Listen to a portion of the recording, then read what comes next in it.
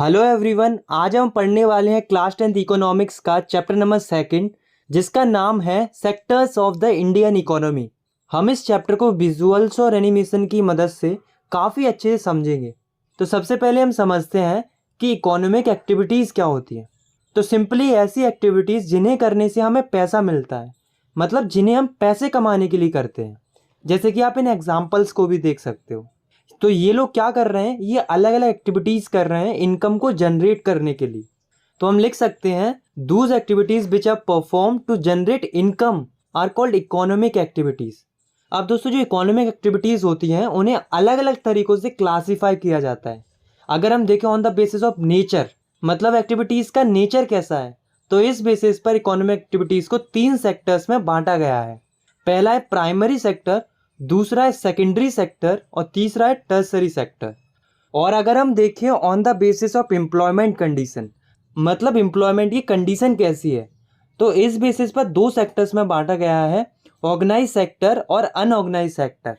Similarly अगर हम देखें on the basis of ownership, तो ऑनरशिप के बेसिस पर भी इकोनॉमिक एक्टिविटीज़ को 2 सेक्टर्स में बांटा गया है, पब्लिक सेक्टर और प्राइवेट सेक्टर। आई नो आपको ये थोड़ा कन्फ्यूजिंग लग रहा होगा, बट डोंट वरी, हम इन सारी चीज़ों को एक एक करके बहुत ही अच्छे से समझेंगे। तो चलिए स्टार्ट करते हैं।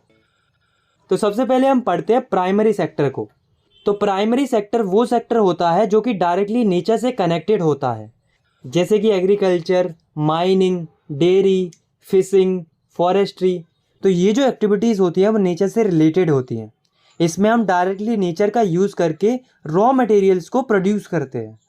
तो हम लिख सकते हैं when we produce something by exploiting natural resources, it is an activity of the primary sector. और हमें ये भी जानना ज़रूरी है कि जो ये प्राइमरी सेक्टर होता है वो बेस प्रोवाइड करता है बाकी अदर प्रोडक्ट्स को बनाने के लिए। फॉर एग्जांपल, जो हम कॉटन की टी शर्ट पहनते हैं वो किससे बनती है? कॉटन से। और कॉटन कहाँ से आता है? प्राइमरी सेक्टर से। मतलब प्राइमरी सेक्टर होगा तभी कोई अदर प्रोडक्ट बन पाएगा। चूँकि ये जो सेक्टर है वो एग्रीकल्चर से रिलेटेड है, इसलिए इसे एग्रीकल्चर एंड रिलेटेड सेक्टर भी कहते हैं। नेक्स्ट है सेकेंडरी सेक्टर।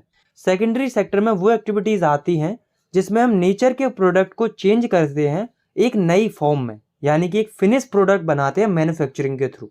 इसलिए इस सेक्टर को इंडस्ट्रियल सेक्टर भी कहते हैं, क्योंकि इसमें इंडस्ट्रीज़ का काफ़ी ज़्यादा यूज़ होता है। फॉर एग्जाम्पल, कॉटन से कपड़े बनाना, शुगर केन से शुगर और जैगरी बनाना। इसके अलावा car manufacturing, paper manufacturing, means जितना भी मैन्युफैक्चरिंग का वर्क होता है उस सेकेंडरी सेक्टर में आता है। तो हम लिख सकते हैं when natural products are change into other forms through manufacturing, it is an activity of the secondary sector. Next है टर्सरी सेक्टर। इसे हम सर्विस सेक्टर भी कहते हैं, क्योंकि इसमें हम सर्विस प्रोवाइड करते हैं। तो इस सेक्टर में वो एक्टिविटीज़ आती हैं जो कि प्राइमरी एंड सेकेंडरी सेक्टर के डेवलपमेंट में मदद करती हैं बाय प्रोवाइडिंग सर्विसेज, जैसे कि ट्रांसपोर्ट, बैंक, इसके अलावा टीचर्स, डॉक्टर्स, बार्बर्स, कोबलर्स, लॉयर। तो ये लोग सर्विस दे रहे हैं, ना कि कोई प्रोडक्ट बना रहे हैं। तो ये जो एक्टिविटीज़ हैं वो टर्सरी सेक्टर में आती है। नेक्स्ट टॉपिक है हमारा कंपेयरिंग द 3 सेक्टर्स। तो दोस्तों, अभी तक हमने 3 सेक्टर्स के बारे में डिस्कस किया, primary sector, secondary sector and tertiary sector. तो देश में इन तीनों ही सेक्टर्स में काफ़ी ज़्यादा प्रोडक्शन हो रहा होता है गुड्स एंड सर्विसेज का, और तीनों ही सेक्टर्स में बहुत सारे लोग काम भी कर रहे होते हैं। तो अब सवाल ये उठता है कि हम ये पता कैसे करेंगे कि तीनों ही सेक्टर्स में कितना प्रोडक्शन हो रहा है गुड्स एंड सर्विसेज का। तो ये हम पता करते हैं ग्रॉस डोमेस्टिक प्रोडक्ट की मदद से, यानी कि जीडीपी की मदद से। तो ये जीडीपी क्या होती है? आई नो आपने इसका नाम ज़रूर सुना होगा, पर ये थोड़ा कन्फ्यूजिंग लगता होगा, बट डोंट वरी, हम इससे बहुत अच्छे से समझने वाले हैं। जैसे मान लो हम एक एग्जांपल लेते हैं, एक किसान है, उसने 10 किलो गेहूं उगाए। तो किसान क्या करता है, इन 10 किलो गेहूं को बेच देता है पास वाले मिल को 20 रुपये में। फिर ये मिल वाला क्या करता है, इसका आटा बनाता है और उसे बेच देता है बिस्कुट की कंपनी को 30 रुपये में। और फिर जो बिस्किट की कंपनी होती है वो बाकी चीज़ों को ऐड करके बिस्किट बना देती है, जिनकी वो प्राइस रखती है 50 रुपये। तो यहाँ पर जो प्रोडक्शन प्रोसेस है वो कंप्लीट हो गई। तो यहाँ पर जो आखिरी में हमारे पास फिनिश प्रोडक्ट निकल के आया उसे हम कहेंगे फाइनल गुड, और जो बीच में जो बेचा गया था फैक्ट्री और कंपनी को उसे हम कहते हैं इंटरमीडिएट गुड। तो ये बात याद रखना कि जब भी किसी भी कंट्री का प्रोडक्शन कैलकुलेट किया जाता है तो केवल फाइनल गुड्स की ही वैल्यू इंक्लूड की जाती है रेदर देन इंटरमीडिएट गुड्स, मतलब इंटरमीडिएट गुड्स की वैल्यू इंक्लूड नहीं की जाती।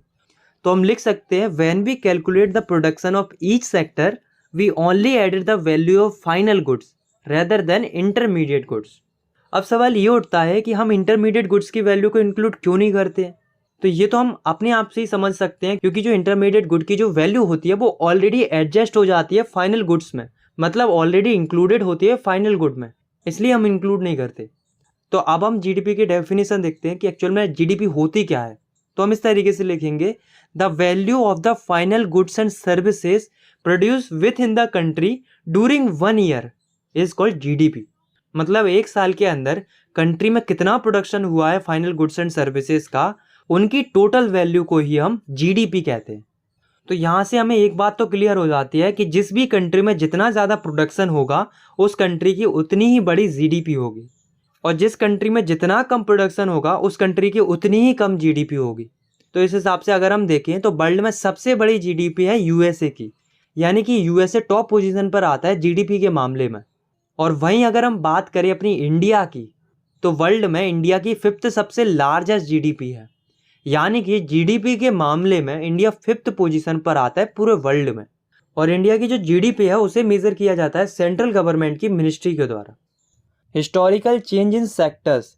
दोस्तों शुरुआती दौर में यानी कि आज से कई साल पहले लोग एग्रीकल्चर सेक्टर पर काफ़ी ज़्यादा डिपेंडेंट थे। लोग खेती बाड़ी करके गुजारा करते थे, यानी कि हम कह सकते हैं कि इनिशियल स्टेज में इकोनॉमी का सबसे इम्पोर्टेंट सेक्टर था प्राइमरी सेक्टर। लेकिन फिर कुछ समय बाद इंडस्ट्रियल रिवॉल्यूशन आता है, मैन्युफैक्चरिंग के लिए नई नई मशीनें आने लगती हैं, फैक्ट्रीज डेवलप होने लगती हैं। तो क्या होता है कि बहुत सारे लोग खेती बाड़ी छोड़कर फैक्ट्रीज में आकर काम करने लगते हैं, यानी कि फैक्ट्रीज की तरफ शिफ्ट होने लगते हैं। और धीरे धीरे लोगों के लिए जो सेकेंडरी सेक्टर था वो ज़्यादा इम्पोर्टेंट होने लगता है, यानी कि एक शिफ्ट देखने को मिला लोगों का प्राइमरी सेक्टर से सेकेंडरी सेक्टर की तरफ। और आखिरी 100 सालों में हमें एक और शिफ्ट देखने को मिल रहा है जो कि है सेकेंडरी सेक्टर से टर्सरी सेक्टर की तरफ, यानी कि अब जो लोग हैं वो सेकेंडरी को भी छोड़कर धीरे धीरे टर्सरी सेक्टर यानी कि सर्विस सेक्टर की तरफ बढ़ने लगे। और आज के दौर में जो सबसे ज़्यादा प्रोडक्शन हो रहा है वो टर्सरी सेक्टर में ही हो रहा है, और सबसे ज़्यादा लोग भी इसी सेक्टर में काम कर रहे हैं। तो यहाँ पर हमें एक बेसिक पैटर्न देखने को मिला कि पहले लोग प्राइमरी सेक्टर में काम करते थे, फिर सेकेंडरी सेक्टर में काम करने लगे, और आज के समय में सबसे ज़्यादा लोग टर्सरी सेक्टर में काम कर रहे हैं। Rising importance of the tertiary sector of production. दोस्तों अगर हम अपनी इंडिया की बात करें तो पिछले 40 सालों में तीनों ही सेक्टर्स में काफ़ी ज़्यादा इंक्रीजमेंट देखने को मिला है, पर सबसे ज़्यादा जो इंक्रीजमेंट देखने को मिला है वो मिला है टर्सरी सेक्टर में। इसी से रिलेटेड आप इस ग्राफ को भी देख सकते हो। इसमें अगर हम ध्यान से देखेंगे तो शुरुआती दौर में यानी कि 1973-74 के टाइम पर तीनों ही सेक्टर्स में बहुत कम प्रोडक्शन होता था, लेकिन आज के टाइम पर यानी कि 2013-14 का डाटा अगर हम देखें तो तीनों ही सेक्टर्स में काफ़ी ज़्यादा इम्प्रूवमेंट हुआ है। लेकिन सबसे ज़्यादा जो इम्प्रूवमेंट हुआ है वो हुआ है टर्सरी सेक्टर में, जैसा कि आप इस ग्राफ में भी देख सकते हो। अब हम देखते हैं कि जीडीपी में कौन सा सेक्टर कितना कंट्रीब्यूट करता है। तो आप इस ग्राफ को देखो, तो अगर हम देखें 1973-74 का डाटा, तो जीडीपी का 40% जो शेयर था वो आता था प्राइमरी सेक्टर से, जीडीपी का 13% जो शेयर था वो आता था सेकेंडरी सेक्टर से, और जीडीपी का 47% जो शेयर था वो आता था टर्सरी सेक्टर से। एंड अगर हम देखें कि आज के टाइम पर किस सेक्टर से कितना शेयर आता है, तो हम देखते हैं 2030-40 का डाटा। तो अकॉर्डिंग टू दिस जीडीपी का 40% जो शेयर है वो आता है प्राइमरी सेक्टर से, 19% जो शेयर है वो आता है सेकेंडरी सेक्टर से, और 67% जो शेयर है वो आता है टर्सरी सेक्टर से। तो इस ग्राफ से हमें क्या पता चला कि जीडीपी में सबसे कम कंट्रीब्यूट प्राइमरी सेक्टर करता है, और जीडीपी में सबसे ज़्यादा कंट्रीब्यूट टर्सरी सेक्टर करता है। अब सवाल ये उठता है कि जो ये टर्सरी सेक्टर है वो इतनी तेज़ी से ग्रो क्यों हो रहा है, इसके पीछे रीजंस क्या है, चलिए जानते हैं। पहला रीज़न है कि कुछ बेसिक सर्विसेज होती है जैसे कि hospitals, schools, police stations, courts, banks etcetera. तो ये जो सर्विसेज होती हैं उनकी लोगों को बहुत ज़्यादा रिक्वायरमेंट होती है, क्योंकि ये बेसिक सर्विसेज होती हैं और इन सर्विसेज को प्रोवाइड कराने की रिस्पॉन्सिबिलिटी होती है गवर्नमेंट के पास।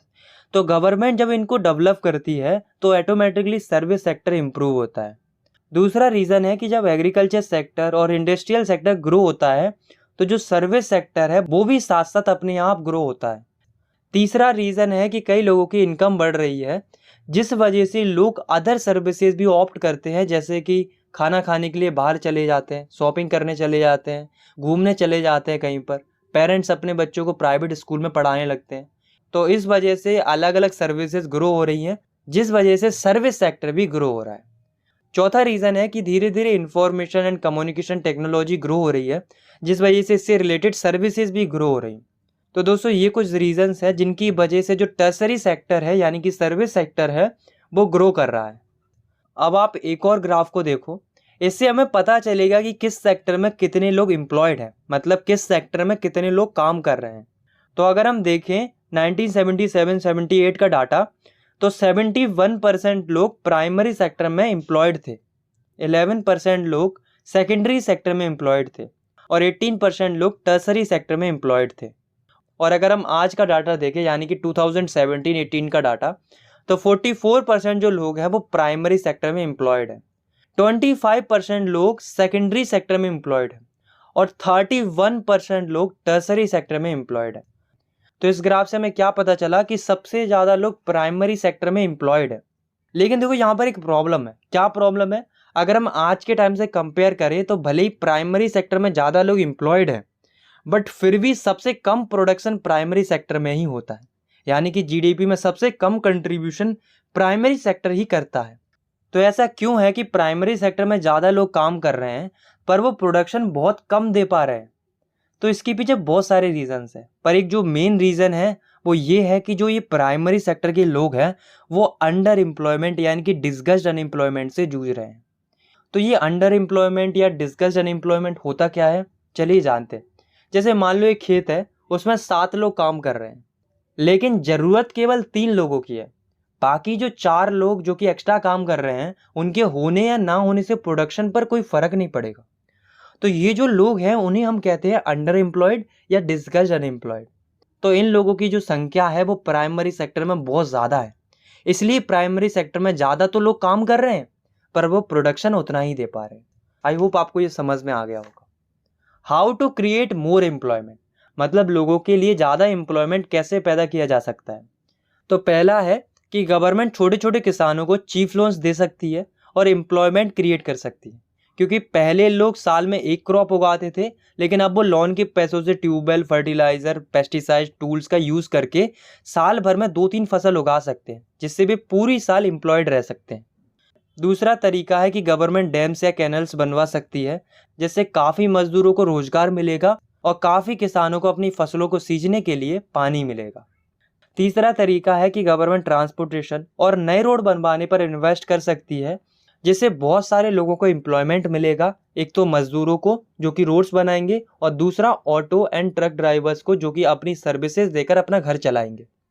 चौथा तरीका है कि गवर्नमेंट छोटी छोटी इंडस्ट्रीज़ को सेटअप कर सकती है रूरल एरियाज़ में, जिससे गांव के लोगों को रोज़गार मिलेगा और उन लोगों को शहरों में नहीं भटकना पड़ेगा काम के लिए।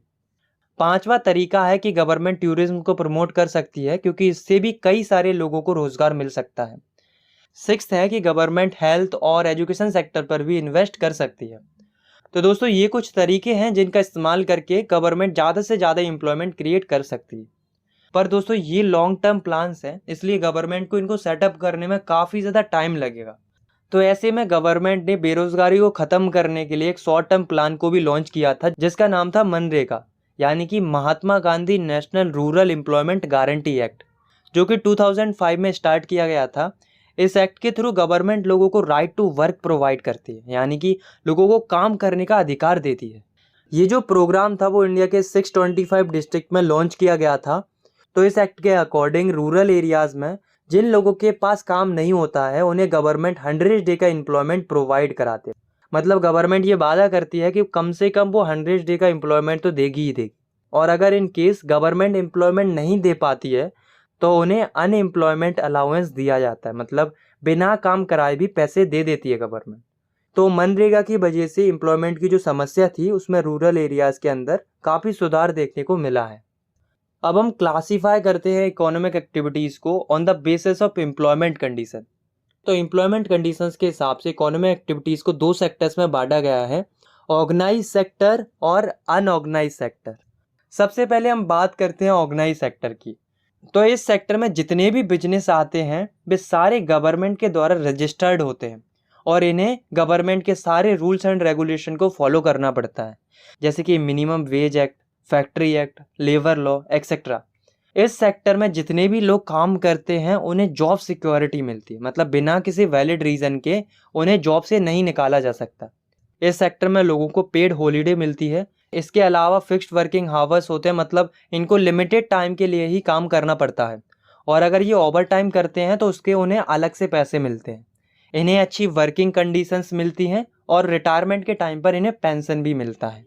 वहीं जो अनऑर्गेनाइज सेक्टर होता है वो बिल्कुल ही अपोजिट होता है। अनऑर्गेनाइज सेक्टर्स के बिजनेसेस गवर्नमेंट से रजिस्टर्ड नहीं होते हैं और ना ही ये गवर्नमेंट के रूल्स एंड रेगुलेशन को फॉलो करते हैं।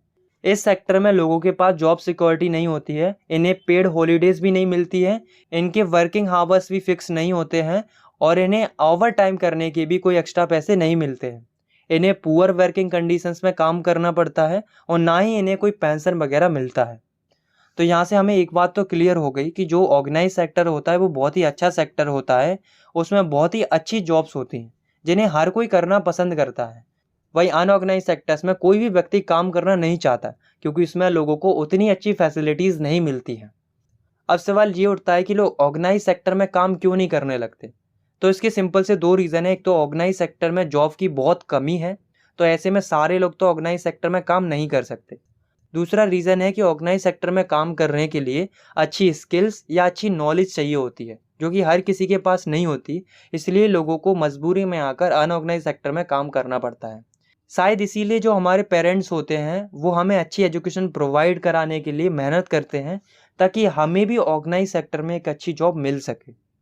अब हम देखते हैं how to protect workers of unorganise sectors. मतलब अनऑर्गेनाइज सेक्टर्स में जो वर्कर्स काम करते हैं उन्हें हम कैसे प्रोटेक्ट कर सकते हैं। तो जैसे हम देखें रूरल एरियाज़ में तो जो लैंडलेस एग्रीकल्चरल लेबरर्स हो गए, स्मॉल एंड मार्जिनल फार्मर्स हो गए, शेयर क्रॉपर्स हो गए, आर्टिसंस हो गए, तो इन्हें गवर्नमेंट कैसे प्रोटेक्ट कर सकती है, इनकी कैसे मदद कर सकती है। पहला, गवर्नमेंट समय पर इन्हें सीड्स वगैरह प्रोवाइड करा सकती है, अलग अलग एग्रीकल्चर इनपुट्स प्रोवाइड करा सकती है, इन्हें चीफ लोन्स प्रोवाइड करा सकती है, प्लस स्टोरेज फैसिलिटीज़ दे सकती है। तो इस तरीके से गवर्नमेंट इनकी हेल्प कर सकती है।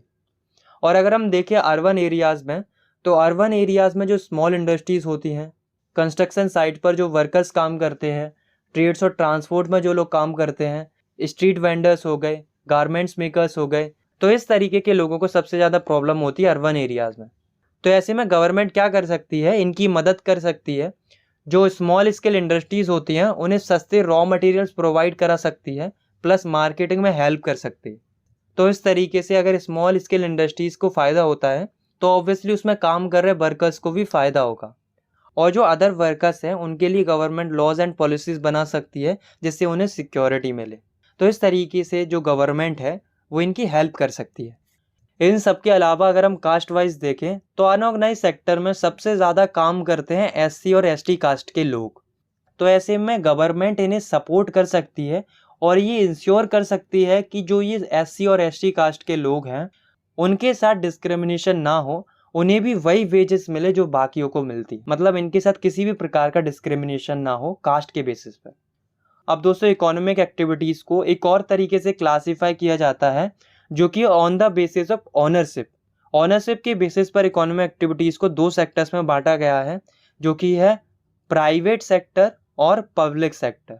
तो प्राइवेट सेक्टर में वो कंपनियां आती हैं जो कि किसी एक इंडिविजुअल या एक ग्रुप के द्वारा ओन की जाती हैं। इनका एकमात्र मोटिव होता है कि ज़्यादा से ज़्यादा प्रॉफिट कमाना। For example Tata iron and steel company limited, Reliance industries limited, Wipro limited, ICICI bank limited. तो ये जो कंपनीज होती हैं वो प्राइवेट सेक्टर में आती हैं क्योंकि ये गवर्नमेंट के द्वारा नहीं बल्कि किसी एक व्यक्ति या किसी एक ग्रुप के द्वारा ओन की जाती हैं।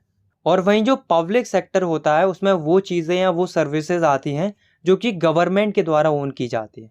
इनका मकसद होता है लोगों को सर्व करना, यानी कि लोगों की सेवा करना। फॉर एग्जांपल जितनी भी गवर्नमेंट की चीज़ें होती है, जैसे कि government schools, hospitals, post offices, Indian railways, तो ये सारी फैसिलिटीज़ गवर्नमेंट प्रोवाइड करती है लोगों के भले के लिए। तो ये सब आता है पब्लिक सेक्टर में। अब दोस्तों एक क्वेश्चन अराइज होता है कि जो ये गवर्नमेंट होती है उसके पास इतना पैसा कहाँ से आता है कि वो हमें ये सब कुछ प्रोवाइड करा देती है, जैसे कि बिजली, पानी, सड़क, रेलवे, स्कूल्स, हॉस्पिटल्स। तो ये जो सर्विसेज होती है वो गवर्नमेंट हमें फ्री ऑफ कॉस्ट देती है या फिर बहुत ही कम दाम में प्रोवाइड कराती है। तो अब कैसे प्रोवाइड कराती है? तो गवर्नमेंट हमसे लेती है टैक्स, इसीलिए गवर्नमेंट की ये रिस्पॉन्सिबिलिटी बनती है हमें ये सब सर्विसेज प्रोवाइड कराने की, क्योंकि वो हमसे टैक्स ले रही है। अब एक और सवाल आता है कि क्या प्राइवेट सेक्टर ये सब सर्विसेज प्रोवाइड नहीं करा सकता? नहीं कर सकता, क्योंकि इसके पीछे कारण है कि इन सर्विसेज को प्रोवाइड कराने में बहुत ज़्यादा इन्वेस्टमेंट होता है, जो कि किसी एक इंडिविजुअल या किसी एक ग्रुप की बस की बात नहीं है। और अगर ये मान भी लिया जाए कि किसी के पास इतना पैसा आ भी जाता है और वो हमें ये सर्विसेज दे भी देता है, तो क्या गारंटी है कि वो हमें ये सर्विसेज कम दाम में देगा? क्योंकि आप खुद ही सोचो कि अगर कोई करोड़ों रुपए इन्वेस्ट करेगा इन सर्विसेज के लिए, तो ऑब्वियसली वो हमसे ज़्यादा रुपए चार्ज करेगा, क्योंकि उससे तो प्रॉफिट कमाना है। इसका आप एक एग्जाम्पल भी देख सकते हो कि जो गवर्नमेंट होती है वो हमें फ्री में या फिर बहुत ही कम दाम में पानी उपलब्ध कराती है, और वहीं जो प्राइवेट कंपनियां होती है वो मात्र 1 लीटर पानी के लिए 30 रुपये चार्ज करती हैं। तो ऐसे में अगर गवर्नमेंट ये बेसिक सर्विसेज देना बंद कर दे तो बेचारे जो गरीब लोग हैं वो अफोर्ड ही नहीं कर पाएंगे। तो ऐसे में गवर्नमेंट की ही रिस्पॉन्सिबिलिटी होती है इन बेसिक सर्विसेज को प्रोवाइड कराने की। और आपको ये भी जानना ज़रूरी है कि जो ये प्राइवेट सेक्टर होता है वो काफ़ी ज़्यादा डिपेंडेंट होता है पब्लिक सेक्टर के ऊपर। ऐसा मैं क्यों कह रहा हूँ, इसके पीछे कारण है। देखो, कोई भी कंपनी या फैक्ट्री को जब भी सेटअप किया जाता है तो ये इंश्योर किया जाता है कि उस जगह पर बिजली, पानी, सड़क जैसी सुविधाएं उपलब्ध हैं या नहीं है। कोई भी कंपनी ऐसी जगह पर इन्वेस्ट करना नहीं चाहती है जहाँ पर ये बेसिक सर्विसेज उपलब्ध ही ना हो। तो ऐसे में गवर्नमेंट के लिए ये और भी ज़्यादा ज़रूरी हो जाता है कि ये सब सर्विसेज प्रोवाइड कराना, ताकि ज़्यादा से ज़्यादा कंपनीज या फैक्ट्री सेटअप हो सके, जिससे लोगों को एम्प्लॉयमेंट भी मिलेगा और प्रोडक्शन लेवल भी इंक्रीज़ होगा। आई होप आपको ये वीडियो पसंद आई होगी। अगर आपको ये वीडियो पसंद आई तो आप इस वीडियो को लाइक कर सकते हो और आप इस चैनल को सब्सक्राइब भी कर सकते हो ऐसे क्लास 10th की वीडियोस आगे देखने के लिए। बाकी मिलते हैं नेक्स्ट वीडियो में, तब तक के लिए टेक केयर, बाय बाय।